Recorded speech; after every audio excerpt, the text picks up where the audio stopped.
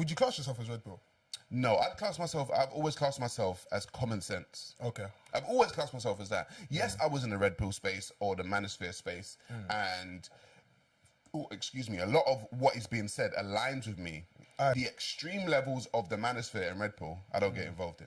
Because my thing is, bro, is that a lot of the channels and a lot of the people that speak, right, aren't in a position to speak, bro. Like, a lot of them have never actually had a relationship, never been married, never even been able to attract a woman. No. Until they got the money. Yes. And these are the people that are preaching that a lot of now younger people are listening to. This is how you treat women. This is how you do this. This is how you do that.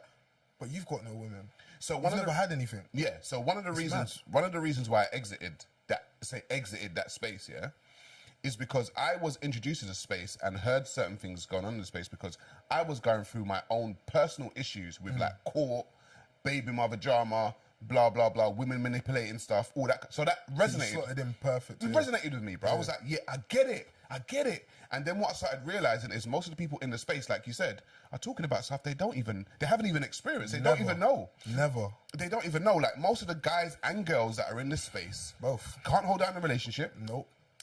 My relationship was 10 years. I was engaged to be married, bro. Do you know what I mean? Like, I was in it. Do you know what I mean?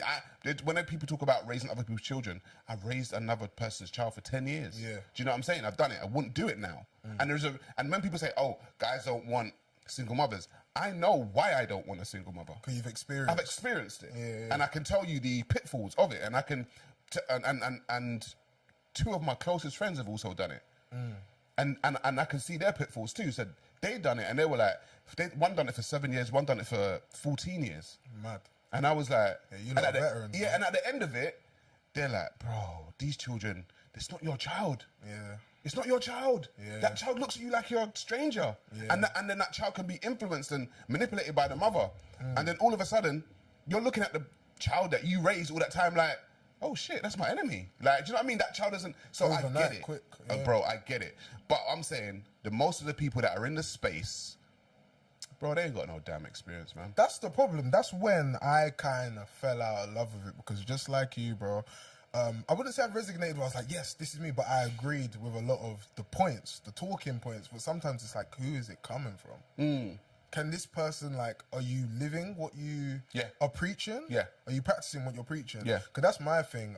If you're going to give someone advice or tell someone how to live their life, why don't you lead by example? Well, that's why that's why I'd say rest in power, Kevin Samuels, because he was older. Yes. So he'd experienced things. So when it's come to these conclusions, he's a man who's lived life. Yeah. Bro, you got 26-year-olds trying to tell you shots. You got 26-year-olds. 26, I didn't even 26, 27. Oh, you got 26, 27-year-olds trying to tell grown people what to do. I'm like, when was your last, realistically, when was your last relationship? Do you know what I mean? And I went in there and I realized the talking points, because seeing as we're getting onto it now, we're getting onto it. Yeah, fuck it. Right? When I was in that space and I would try and, there were times when I was, so funny, like, exclusives, there were times when I would try and set Pearl up with guys. Yeah? Okay. Yeah, there were times like she'd come to me and be like, what type of guys? Black guys? She likes black guys. Okay. She likes black guys. I'm just gonna say, like that's what she likes. I seen her ex. Her ex was black, but I don't know if that was a one-off. So I would try. That's interesting, but carry on. Yeah, I would try and set her up. Yeah. And then, bruv, the socially awkwardness was just I don't know if it scared guys off or whatever. And the thing is, I'm not here to like badmouth anybody, but I'm just saying from experience, for me, I'm like, it got to a point, I'm like, you know what? You can't even interact with men. Do you know what I mean? And I'm like, I've tried to get you to interact with men.